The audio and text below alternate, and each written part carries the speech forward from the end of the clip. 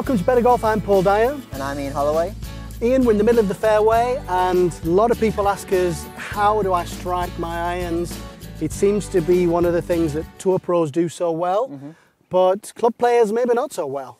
Yeah, I think the basic principles of better iron play is you need to control where the club is hitting the ground, so controlling your low point, which is a technical term, and also the depth and how long the divot is. And if you can get those two things matched up to each other, you're going to strike your irons perfect. And usually what most people have is either none of the above, of course, or either one or the other. So for example, a slicer might have the low point okay, but the depth is not too good, and a hooker the other way. Yeah, exactly. And I think this little exercise is really, it looks really simple from the outset, but I think really it's very difficult to do. And I think the reason why nobody does this is because it's seen as too easy. But in my mind, if you can just put a few tees in the ground, and then from there, what you want to do is, it doesn't matter how big your swing is. Obviously, you can start small and then get a little bit bigger. But really, from here, you're just trying to clip the tee out of the ground and make a divot on the left side of the tee there. So if you do that again, or if I do that again, you'll see that both times I've managed to hit the tee out of the ground.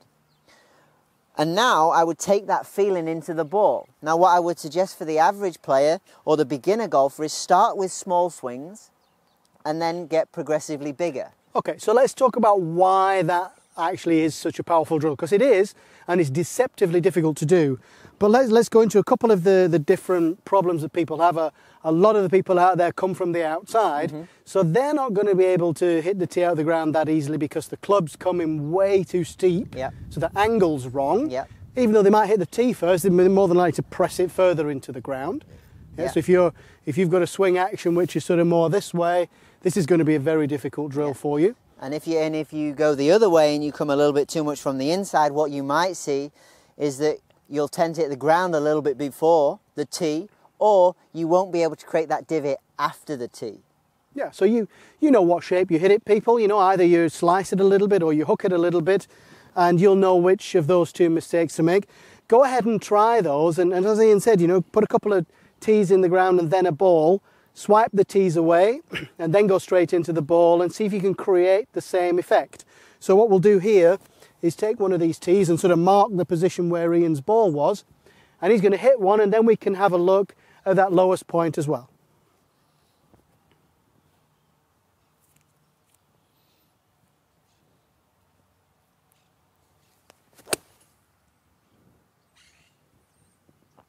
So great looking shot, Ian, and if we come on, he's a good golfer, you don't need to see that. Come over here and look at the real business end.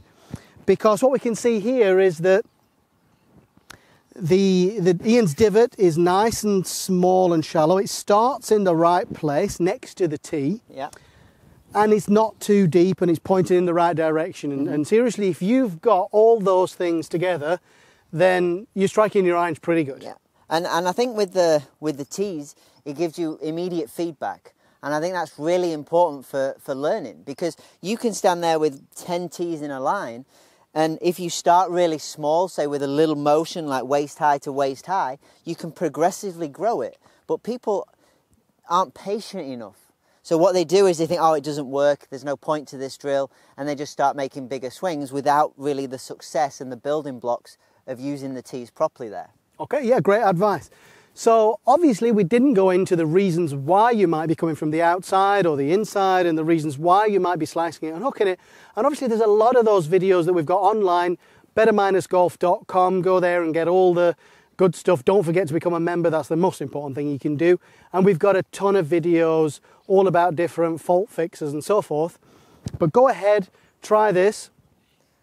Come back to us on Facebook or Twitter, or post in the comments and let us know how you got on with it, where your problems are. We'd love to hear from you. And get over to bettergolf.com and become a member pretty soon.